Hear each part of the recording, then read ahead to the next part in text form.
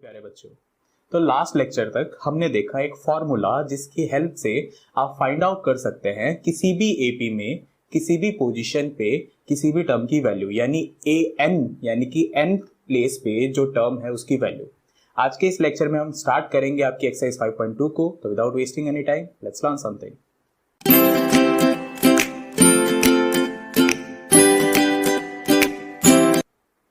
अच्छा, एक्सरसाइज 5.2 का first question और फर्स्ट क्वेश्चन में 5 पार्ट दिए गए हैं। पांचों पार्ट में एक ही सिमिलर चीज है कि फॉर्मूला एक ही अप्लाई होना है, यानी कि nth टर्म निकालने का जो फॉर्मूला है वही अप्लाई होना है। उनमें जो भी रिक्वायरमेंट रहती है, जो भी गिवन डेटा की रिक्वायरमेंट रहती है उस फॉर्मूला में, उसमें से कोई एक डेटा मिस कर दिया गया है, कोई एक डेटा को नहीं दिया गया है, बाकी सारे डेटा गिवन है आपको टेबल में। आपको उस फॉर्मूले को इम्प्लाई करके जो गिवन नहीं है उसको फाइंड आउट करना है। तो देखिए सेकेंड पार्ट फर्स्ट क्वेश्चन का, उसमें a गिवन है -18, n गिवन है 10, an गिवन है 0 और d नहीं गिवन है, यानी कि d आपको फाइंड आउट करना है। तो हमें फॉर्मूला पता है an का, that is a plus n-1 into D. तो आप ध्यान से देखेंगे तो फर्स्ट क्वेश्चन के हर पार्ट में इस फॉर्मूले से कोई एक पैरामीटर को मिस कर दिया गया है। यहाँ पे an गिवन है 0, a की वैल्यू गिवन है -18 प्लस n की वैल्यू गिवन है 10-1 इंटू डी की वैल्यू हमसे पूछी गई है। तो अगर आप सारी वैल्यूज को पुट करवा देंगे तो देखेंगे कि एक इक्वेशन बन रही है जिसमें सिर्फ एक ही वेरिएबल है। एक ही वेरिएबल है तो आप इसको इजीली सॉल्व कर सकते हैं। देखिए -18 को लेफ्ट में भेज दूं तो प्लस का 18 is equals to 10-1 is 9 into D. Implies यहां से आपके पास डी निकल के आ जाएगा 18 डिवाइड बाई 9 विच इज 2। बिल्कुल इसी तरीके से सारे क्वेश्चन करने हैं, सिर्फ एक फॉर्मूला पे बेस्ड है। अगला क्वेश्चन देख लेते हैं, हम पार्ट 4 को देख लेते हैं फर्स्ट क्वेश्चन के। इसमें a गिवन है, d गिवन है, an गिवन है और अब की बार n मिसिंग है। तो आपको n फाइंड आउट करना है। फॉर्मूला सेम है, an is equals to a plus n-1 into D. तो an की वैल्यू हमें गिवन है 3.6, फ्रैक्शन में है कोई बात नहीं। a की वैल्यू गिवन है -18.9 प्लस n की वैल्यू हमसे फाइंड आउट करवा रहा है और अब की बार d की वैल्यू गिवन है 2.5। तो हमने सब कुछ पुट कर दिया और देखा कि अब की बार सिर्फ एक ही वेरिएबल अननोन है, दैट इज n। तो n के लिए हम इसको सॉल्व करते हैं। -18.9 को लेफ्ट में लेके आएंगे तो प्लस का हो जाएगा, this is 3.6 plus 18.9 is equals to n-1 into 2.5। यहां पे मैं ऐड कर दूंगा तो मेरे पास आएगा 22.5 is equals to n-1 into 2.5। 2.5 को मैं लेफ्ट में लेके आता हूं तो डिवाइड में चला जाएगा। देखिए लेफ्ट में लेके आया तो डिवाइड में चला गया 2.5। यहां से पॉइंट कैंसिल आउट हो जाएंगे कि दोनों के बाद ही एक एक डिजिट है, तो 10 इंटू 10 दोनों कैंसिल आउट। तो 25 में 9 टाइम्स आता है 225, इंप्लाइज आपके पास n-1 is equals to 9। n-1 equals to 9। Finally n would be equals to -1, अगर राइट में भेजेंगे तो 9 + 1 that is 10। Similar kind of question आपके हर पार्ट में, फर्स्ट क्वेश्चन के हर पार्ट में। चलिए नेक्स्ट क्वेश्चन की तरफ चलते हैं। प्यारे बच्चों, क्वेश्चन नंबर 2 में 2 पार्ट हैं, दोनों ही पार्ट में सिमिलर थिंग है कि आपको एपी गिवन है और आपसे किसी पोजीशन पे टर्म की वैल्यू पूछ रहा है, यानी 11th टर्म क्या होगी वो पूछ रहा है, यानी कि पोजीशन दे दी आपको 11th पोजीशन दे दी, यानी कि n की वैल्यू वुड बी 11। जब आपको एपी देता है तो वो इनडायरेक्टली आपको a और d की वैल्यू दे देता है। कैसे? देखिए एपी को देख के आप बोल सकते हैं कि a की वैल्यू वुड बी -3, a यानी फर्स्ट टर्म इज -3 और d which is common difference, ये आपको निकालना है। तो किसी भी सक्सीडिंग टर्म में से उसकी प्रीसीडिंग टर्म को सब्ट्रैक्ट कर लेंगे। अब बच्चे गलती क्या करते हैं, -3 में से सब्ट्रैक्ट कर देंगे -1 को। ऐसा नहीं करना है, हमेशा सक्सीडिंग टर्म में से प्रीसीडिंग टर्म को माइनस करना है। -12 में से माइनस करना है -3 को, या फिर आप चाहे तो 2 से माइनस कीजिए -12 को। तो देखिए मैं कर रहा हूं -12 से सब्ट्रैक्ट, ये सब्ट्रैक्शन का माइनस है और किसको माइनस कर रहा हूं, -3 को। तो दोनों ही साइन आएंगे। ये साइन फॉर्मूले का है, सक्सीडिंग माइनस प्रीसीडिंग वाला साइन है ये, और सक्सीडिंग और प्रीसीडिंग की वैल्यू में जो माइनस है उसको भी लेके आना है। तो विद साइन हमें सारा काम करना है। -12 एज इट इज, माइनस +3। इसको सॉल्व करने के लिए एलसीएम ले लेंगे 2। एलसीएम लेंगे तो यहाँ पे -1 प्लस 2 इंटू 3 6, तो यहाँ के 6 -1 वुड बी 5/2। तो डी हमारे पास आ गया 5/2। 11th टर्म आपको फाइंड आउट करनी है। फॉर्मूला होता है हमारे पास nth टर्म का a plus n-1 into D. तो सब कुछ हमारे पास मिल गया है। a की वैल्यू -3 है प्लस 11th टर्म निकालनी है आपको, यानी कि n की वैल्यू 11 है पोजीशन, इंटू d की वैल्यू हमने अभी फाइंड आउट करी 5/2 है। इसको थोड़ा सा सॉल्व करेंगे तो -3 प्लस 11 - 1 इज 10 इंटू 5/2 2 से 10 को कैंसिल आउट कर दीजिए 5 टाइम, 5 इंटू 5 25, तो -3 प्लस 25, फाइनली आंसर आपका आ जाएगा A11 का 22। इसी तरीके से फर्स्ट पार्ट को भी करना है। चलिए नेक्स्ट क्वेश्चन की तरफ चलते हैं।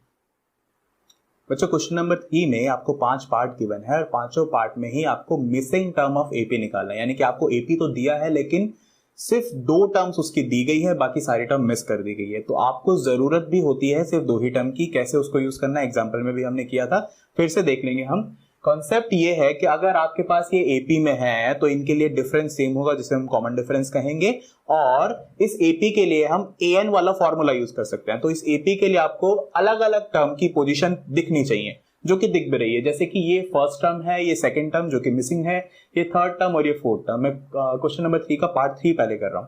तो फर्स्ट टर्म हमारे पास 5 है, तो डायरेक्टली इस एपी में मेरे पास A1 जिसे मैं A भी कहता हूं इस 5 गिवन है। इसके अलावा मुझे फोर्थ टर्म गिवन है, यानी कि A4 गिवन है, which is 9 1/2, which is actually 9 2 18, 18 plus 1 19/2। तो A4 मुझे गिवन है 19/2। अब आपको करना क्या है, जो टर्म गिवन है पोजीशन पे उसका फॉर्मूला इंप्लाई कर देना। देखिए A4 मुझे पता है, अगर मैं फॉर्मूले के साथ जाऊं तो that will be A plus n-1, n क्या है 4 - 1 इंटू D। ये फॉर्मूले से मुझे पता था और क्वेश्चन ने मुझे इसकी वैल्यू दे रखी है 19/2। तो आपके पास जो भी 2 टर्म दी हुई रहेगी उनसे आपको 2 इक्वेशन मिल जाएगी और वेरिएबल भी 2 ही रहेंगे, तो आप इजीली सॉल्व कर सकते हैं। देखिए A की वैल्यू फर्स्ट वाली कंडीशन से हमारे पास A की वैल्यू डायरेक्टली 5 थी, उस A की वैल्यू को मैं सेकंड वाली कंडीशन में पुट कर दूंगा, A की वैल्यू को 5 पुट कर दूंगा। तो देखिए 5 plus 4 - 1 3D, 3 times D is equal to 19/2। ये एक इक्वेशन बन गई जिसमें सिर्फ एक ही वेरिएबल है। इसको आप इजीली सॉल्व कर सकते हैं। देखिए पहले मैं 2 को यहाँ पे मल्टीप्लाई में भेज देता हूँ, तो 5 to the 10 plus 6D is equal to 19, 6D is equal to 19 minus 10, 19 वहां पे 10 जाएगा तो माइनस का हो जाएगा 9, implies D would B 9/6। 9/6 is 3 से कैंसिल आउट अगर कर दो तो 3/2 विच इज 1.5। D की वैल्यू प्लस का 1.5 आ गया। फर्स्ट टर्म आपके पास गिवन है, तो आप इससे आगे की टर्म आप इजीली निकाल सकते हैं, क्योंकि सबके सब एपी में है तो आगे वाली टर्म निकालना ज्यादा मुश्किल काम नहीं है। देखिए A2 क्या हो जाएगा, A2 would be A1 plus D, A1 plus D। A1 की वैल्यू 5 गिवन है, प्लस D की वैल्यू हमने अभी भी निकाली 1.5 है, तो इट वुड बी 6.5। ऑलराइट, और इसी तरीके से अगर A3 पूछ लिया है तो आप फॉर्मूला से भी देख सकते हैं। फॉर्मूला से A3 क्या होगा, A प्लस n-1 यानी कि 3 - 1 2D, या फिर आप डायरेक्टली भी दे सकते हैं A2 प्लस D कर देंगे तब भी सेम ही आंसर आएगा। A प्लस 2D यानी कि 5 plus 2 times of 1.5 that is 5 plus 2 into 1.5 3, 5 plus 3 that is 8। तो आपको अगली 2 टर्म मिल गई 6.5 और 8। और बिल्कुल इसी तरीके से सारे पार्ट्स को करना है। फिफ्थ पार्ट को हम देख लेते हैं एक और। फिफ्थ पार्ट में आपको फर्स्ट टर्म नहीं गिवन, तो आपको A डायरेक्टली नहीं गिवन, A जिसे आप फर्स्ट टर्म बोलते हैं वो डायरेक्टली गिवन नहीं है, आपको A2 गिवन है। फिफ्थ पार्ट में आपको A2 गिवन है, A2 इज 38, ये क्वेश्चन में गिवन है। लेकिन अगर मैं फॉर्मूला लगाऊं AN का तो मुझे पता है AN के फॉर्मूले से मैं A2 को लिख सकता हूं A plus n-1 which is 2 in this case, क्योंकि ये सेकंड टर्म है तो n की वैल्यू 2 D। ये मेरे पास फर्स्ट इक्वेशन मिल जाएगी। इसको थोड़ा सा और सिंप्लीफाई करके अगर मैं लिखूं, implies A plus 2 - 1 is 1 D, A plus D is 38।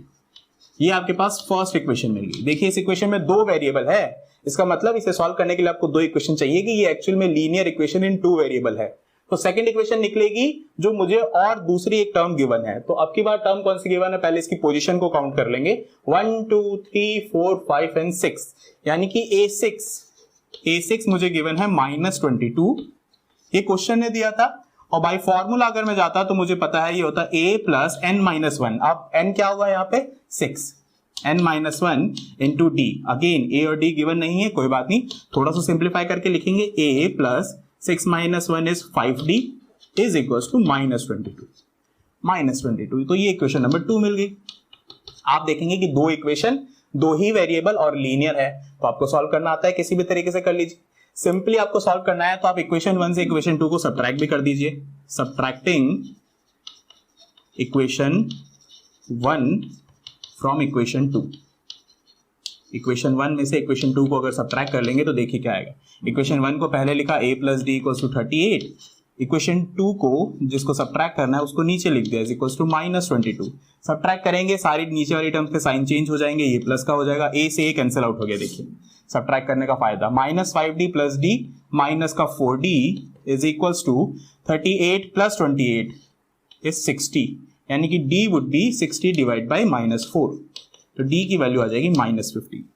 d की वैल्यू -15 आ गई। आपके पास दो इक्वेशन है, दोनों में से किसी में भी पुट करके a की वैल्यू निकाल सकते हैं। देखिए अगर मैं फर्स्ट में ही पुट करवा देता हूं d की वैल्यू, तो a प्लस d यानी कि a प्लस माइनस माइनस हो जाएगा, -15 इज 38, इंप्लाइज a की वैल्यू आ जाएगी 38 प्लस 15, a की वैल्यू आपके पास आ जाएगी 54, a की वैल्यू 54, d की वैल्यू -15।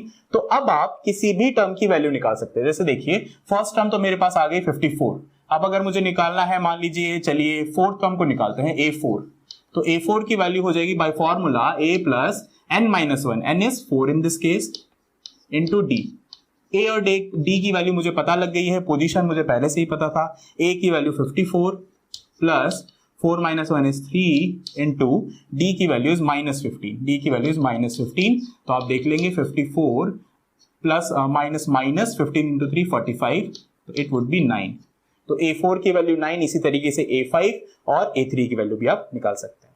तो बच्चों इस लेक्चर में इतना ही, मिलते हैं आपसे अगली क्लास में। Until then the class 24 learn and score.